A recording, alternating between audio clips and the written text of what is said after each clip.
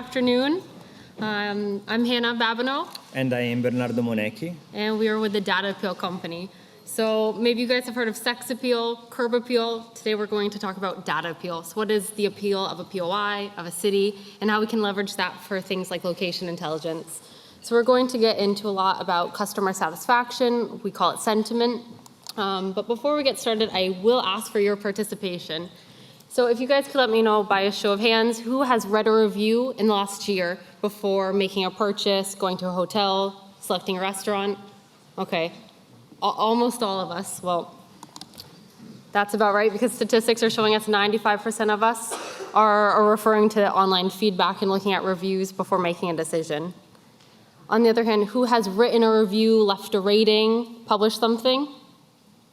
Okay, a bit less. Again, on point, 3 out of 4 of us are writing our experiences online and we're sharing, if we liked or disliked something. So what does this mean in a global context? Well, every single minute, there's over 5 million new pieces of feedback being left behind by people like us experiencing the world, whether that's going to a hotel, going to a restaurant, a destination, making a purchase online. And us as consumers, as we saw, we rely on this information. In fact, almost all of us, 94, will go out of our way to avoid a business based on a complete stranger's feedback. So whether it's negative reviews, a complaint, we will make our choices based on this information. So why are we as consumers relying on this, but businesses are still looking at traditional metrics like surveys and really putting their business at risk by not leveraging this information? And it's true. Lots of businesses do have social media teams. They are managing their reputation in terms of their direct contacts. But Data Appeal really has set out to understand, okay, how can we really take advantage of this at a global scale to understand things like site selection, choosing retailers to distribute products. So that's kind of where we're coming in to solve this problem and to really take advantage of an opportunity. So super quickly, kind of what we do, you can think of it in 4 different layers. So the first for us is geospatial data, so POI, points of interest, what's actually physically located in a territory. And we enrich that with things like opening hours and business attributes. For example, is a restaurant vegan? Is it friendly to reserve parties, to have children? Maybe do they serve alcohol, like we'll see in the case of Campari?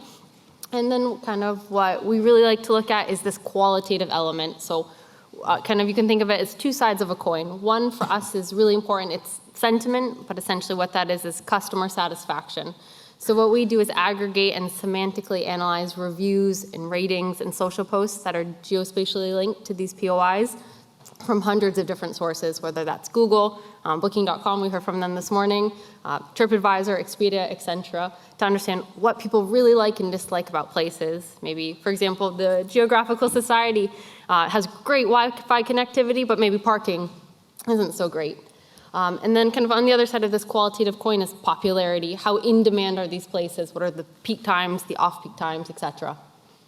Then we always say no POI, no business is an island, because essentially what happens in a destination, in a city, a territory, impacts each and every business. So we look at things like hotel prices, spending, events, even flight data to understand who's coming, who's arriving to my destination.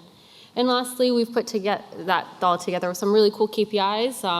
Some of them look at like what's the perception of sustainability or what's the perception of inclusivity in my destination. Here's just a quick sample, thanks to Carto, of course, to understand, okay, what are the dynamics? How are things moving? Maybe we, as we'll see with Campari, we want to find the best bars in the city to distribute our products.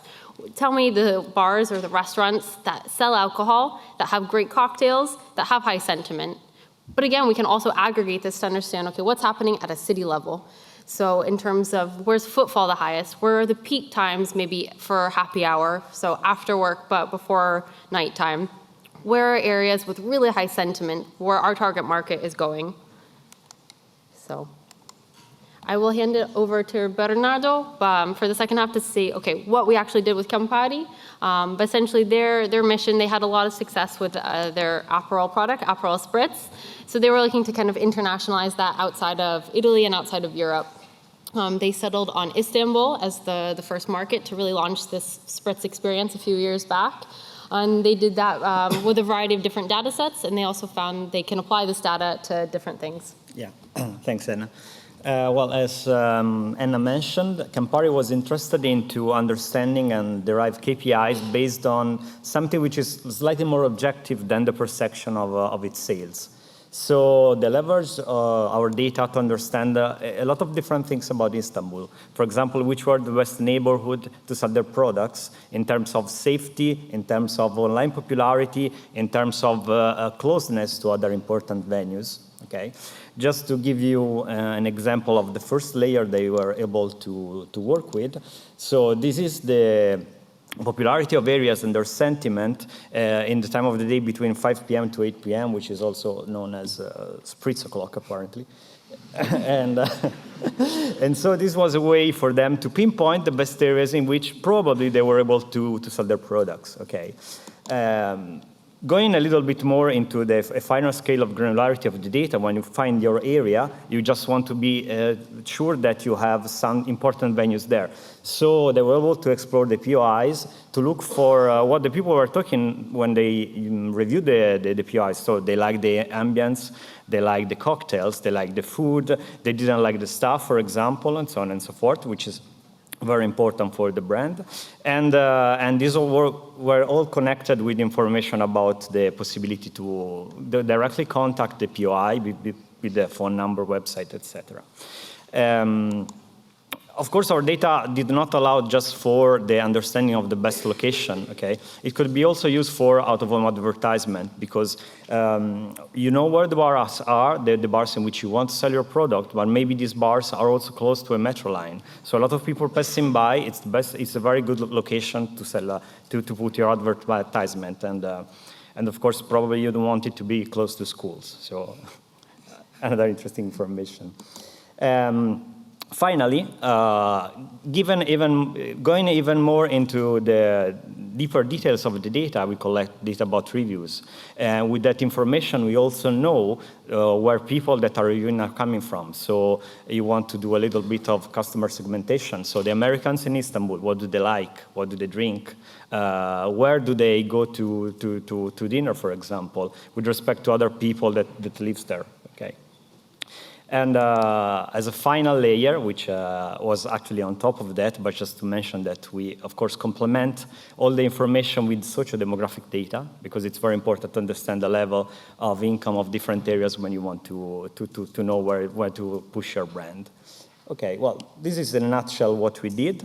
And if you like the presentation, you can just scan our QR code. And if you have information, feel free to contact us, especially Anna, which is very good at answering all people's questions. Okay, thank you. Guys.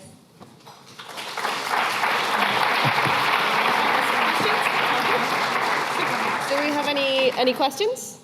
Here's one. One of my questions is why we didn't get an Aperol Spritz Right, at the same I know, time. next time. That was a great marketing opportunity there. Hi. So when I think of reviews, I have a very strong intuition that they're not representative. That is that both really positive and really negative experiences are overrepresented. So 2 questions, I guess. 1, would you agree? And 2, if so, do you make any adjustment for that off the back of that assumption? So, I mean, definitely. I think the thing that we love about reviews is they're objectively subjective. I think we can say that. Because they're not surveys, we're not paying these people to write their opinion. So from that, they are really, useful and for an objective opinion. But you're right, usually people complain or they praise a place.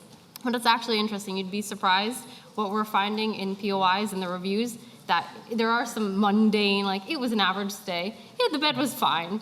And of course we do take that into consideration. I won't get too technical, but kind of the semantic analysis kind of behind this engine uses like NLP, and we do look at things like humor, sarcasm, maybe like jokes or things like that. So it is something we do take into consideration. Thank you. Any other questions? There's one there. Thanks. I'm wondering, how do you deal with the bots-generated reviews? And what's the portion of the review in general? Like the robots? Yes. Okay. Yes, sorry.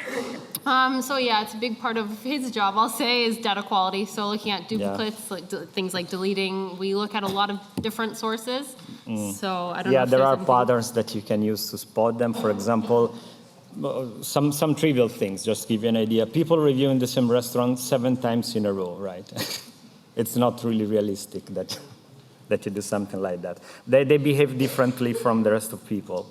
It's harder with reviews with respect to what you usually find in social media, but it can be done. Okay. Any final questions? Anybody up top? Oh, one at the front. Even 2. Just get the mic to you Okay. so everybody can hear.